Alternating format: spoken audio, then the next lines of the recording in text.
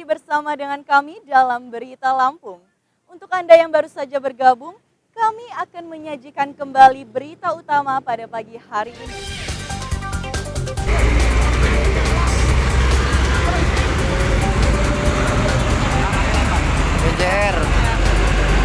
Seorang pengendara motor tewas terlindas truk yang baru disalipnya.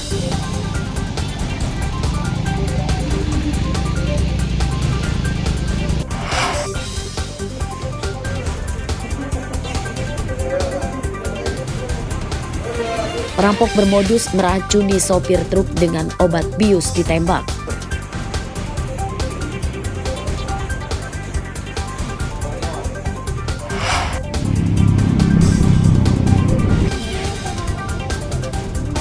Disduk Capil Bandar Lampung menyatakan fotokopi KTP masih berlaku.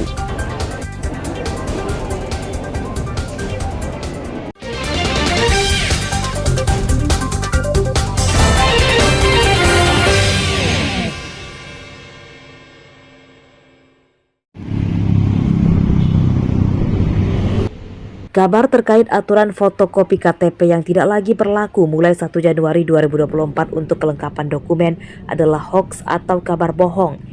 Ini dikatakan Kadis Dukcapil Bandar Lampung Febriana pada Kamis siang.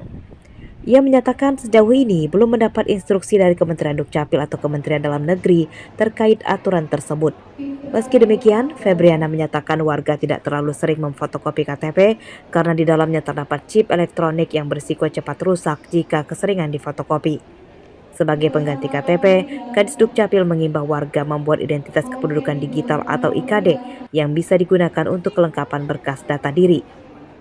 Larangan memfotokopi KTP sejak 1 Januari 2024 yaitu dipastikan hoax dan tidak ada pengumuman resmi dari Dirjen Dukcapil. Tapi memang sudah lama kita himbau masyarakat untuk tidak melakukan fotokopi KTP karena dikhawatirkan di sana kan ada data, takutnya chipnya rusak kalau di fotokopi kan dengan mesin yang panasnya tidak sesuai dengan si kartu.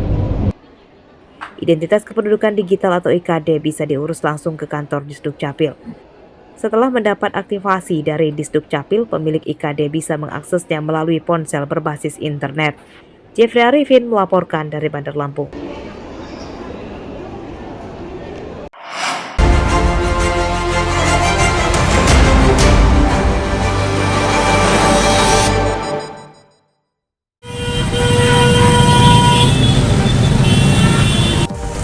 Kebakaran hebat meludeskan sebuah mobil minibus di Jalan Sultan Agung, tepatnya di depan Balwai Halim, Bandar Lampung, Senin sore.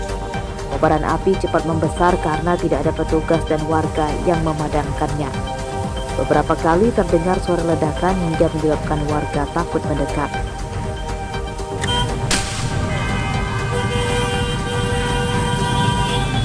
Menurut warga, mobil ini terbakar saat sedang jalan dan di dalamnya hanya ada satu orang pengemudinya saja.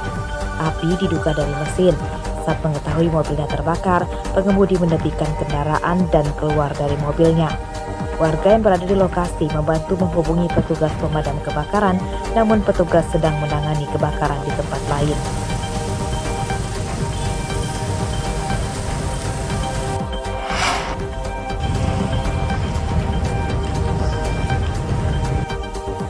Setelah buron selama 2 pekan, pembunuh Ferry Alamsyah, juru tagih hutang di Labuhan Maringgai, Lampung Timur, akhirnya menyerahkan ke Polres di Tanjung Pinang, Kepulauan Riau. Usai membunuh, tersangka Andi Mahmud alias Emu melarikan diri ke Tanjung Pinang. Tersangka kemudian dijemput dan tiba di Mapolres Lampung Timur pada Senin siang. Dalam penyidikan, polisi mengungkap pembunuhan tersebut dilatar belakangi dendam tersangka kepada korban yang kerap diajak berkelahi. Menurut tersangka, ia dan korban pernah sama-sama membawa senjata api rakitan untuk saling baku tembak, namun saat itu gagal.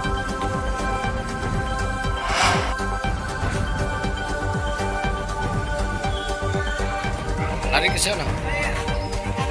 Seorang pedagang ikan keliling bernama Rizon, warga Kelurahan Yukum Jaya, Kecamatan Terbagi Besar, Lampung Tengah, Selasa siang dibunuh di jalan dekat rumahnya. Korban tewas akibat menderita 2 luka tikaman senjata tajam di punggung.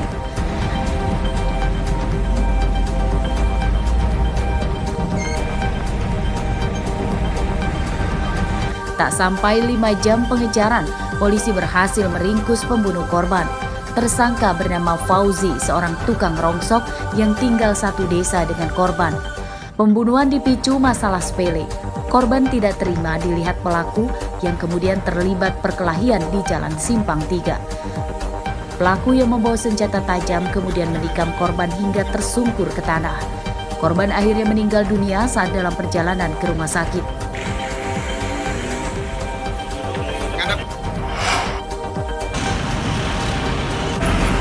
Selama 2 bulan terakhir, PT Pertamina Lampung telah memblokir lebih dari 6.000 plat nomor kendaraan yang dicurigai menyalahgunakan pembelian BBM solar. Kebanyakan kendaraan yang diblokir adalah mobil pribadi. Pihak Pertamina menyatakan belakangan ini banyak terindikasi tindakan ilegal penimbunan solar.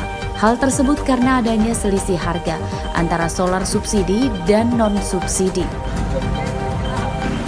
Pemblokiran nomor plat nomor kendaraan diharapkan bisa meminimalisasi antrian sekaligus mencegah adanya oknum-oknum penipu saat membeli solar di SPBU.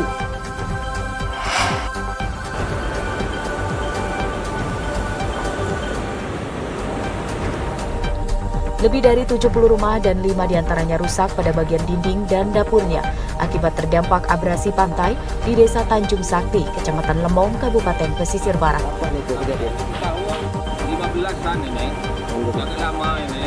Menurut warga dan pamong desa, abrasi sudah terjadi sejak 2015.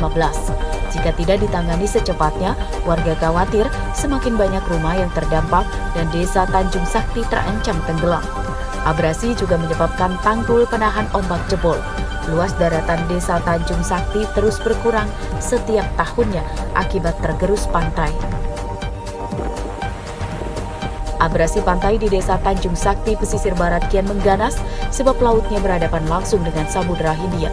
Ombak besar yang sampai pantai terus menggerus daratan.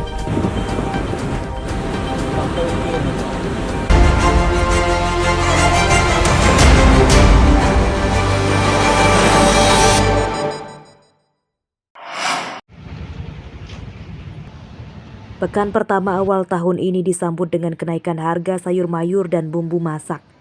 Meski sempat turun di harga sekitar 40 ribuan, kini harga cabai naik lagi, tembus di Rp60.000 per kilogram. Seperti terpantau di Pasar Waihalim, Bandar Lampung pada Kamis pagi, harga cabai merah dan cabai rawit kompak di harga Rp60.000 per kilogram.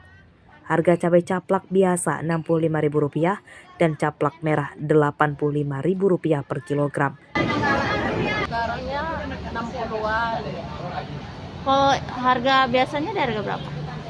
45, 40 gitu sebelumnya. Oh, untuk cabai rawit, Bu? Cabai rawit hari ini 60. Harga sebelumnya? Sebelumnya 35, 40 gitu. Oh, untuk cabai caplak? Caplak ada peningkatan. Dari harga berapa, Bu? Dari sekarang 65. Sebelumnya kan harga 40, 45. Sementara itu, harga tomat di Pasar Waihalim tembus Rp32.000 per kilogram. Harga ini paling tinggi sejak beberapa bulan terakhir. Selain tomat, harga bawang merah dan bawang putih juga kompak di Rp40.000 per kilogram. Tomat sama. Kalau untuk harga sebelum naik itu di harga berapa sih, Bu, untuk rampai dan tomat? Sebelumnya berapa nih, Bu? Per kilo ya? Iya. Untuk penyebab kenaikan sendiri kenapa, Bu? Barangnya kok sulit. Oh gitu. Kenaikan itu sejak kapan, Bu? Mau kan baru itu. Kenaikan harga sayur mayur dan bumbu dapur menyebabkan omset pedagang menurun. Ini karena banyak warga yang mengurangi pembelian untuk mengurangi pengeluaran. Para pedagang mendesak pemerintah segera menurunkan harga bahan pangan yang kian melambung. Jeffrey Arifin melaporkan dari Bandar Lampung.